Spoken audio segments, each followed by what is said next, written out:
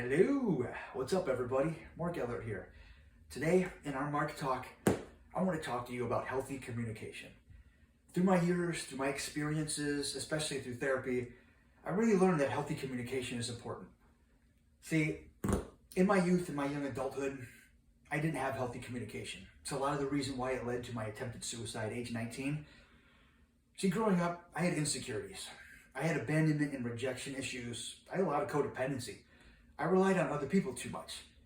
So whenever something would come up between me and a family member or a friend or my significant other, if something happened where I was hurt and offended, I didn't know how to bring it up. I didn't know how to confront them about it because I was afraid of the conflict. First of all, I didn't like the feeling that I was already experiencing, so it was hard for me to bring it up. Second of all, I didn't think I was going to like their response.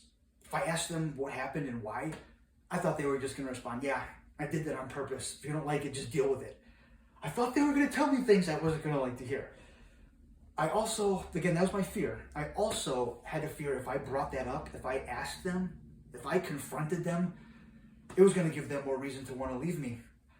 I thought if I brought up and said, why did you do this? I'm like, hey, I did that and you don't like it. I'm gone. He gone. He outskis. I thought asking them and bringing up a conflict was going to be a reason for them to want to walk out of my life. I thought it showed fear. I thought it showed weakness, that I didn't like what they were doing and the way they were treating me, so I wanted to confront them about it. Showing that weakness and that fear, also it made me afraid of them wanting to leave me or give them reason to. And actually that's why when things would come up, I wouldn't talk to people about it. It was easy for me to do it in my body language.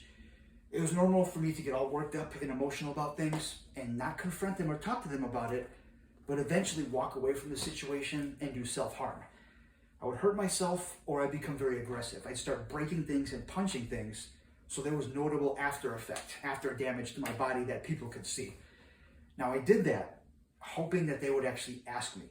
I made it so I wouldn't have to bring it up and have the conflict. I would actually make them ask me if I was okay or just to see if they were going to care. It was almost like a test. Since I didn't know how to confront them and ask them, I was afraid of them leaving me, I would do things to have them ask me if I'm okay. When they would ask, they would give me that reassurance. I'd be like, yes, they asked. They asked if I'm okay, that means that they care. Close the books. I would just leave it at that. The fact that they asked me just felt reassured that they weren't going to walk out of my life. See, the problem with that is that was bad communication because clearly I was struggling with something.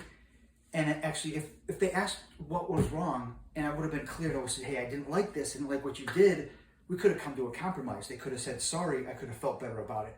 But when I just, it's fine, whatever, I don't care.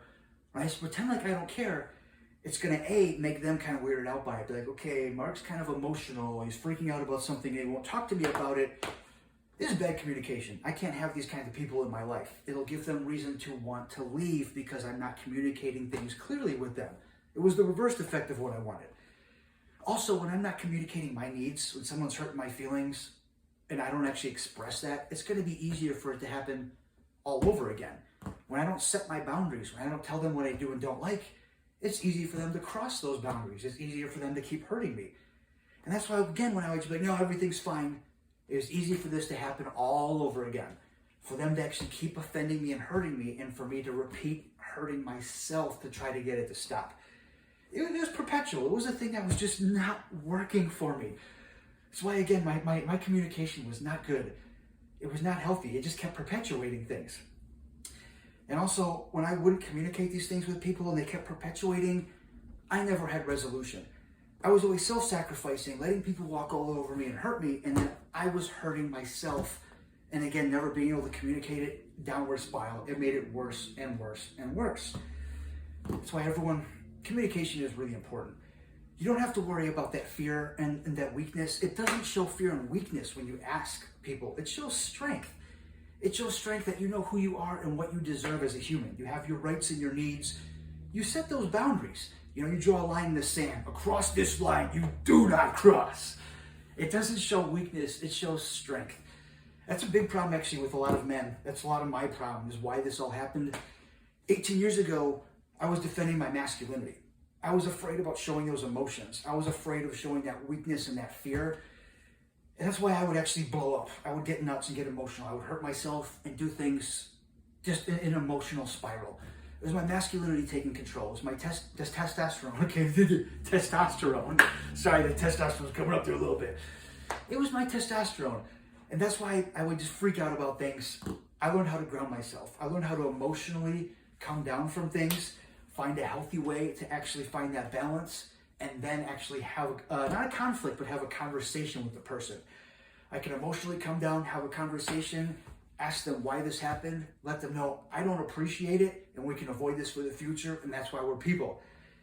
Everybody, communication is important. I want you all to know that. Healthy communication is very important. You know your needs and your rights as a person. Everybody, thanks for tuning in today. I hope this helped you. Communicate amongst yourselves. Converse. Let me know how you feel about this. Talk it out, everybody. Thanks for tuning in. I'll catch you on the flip side.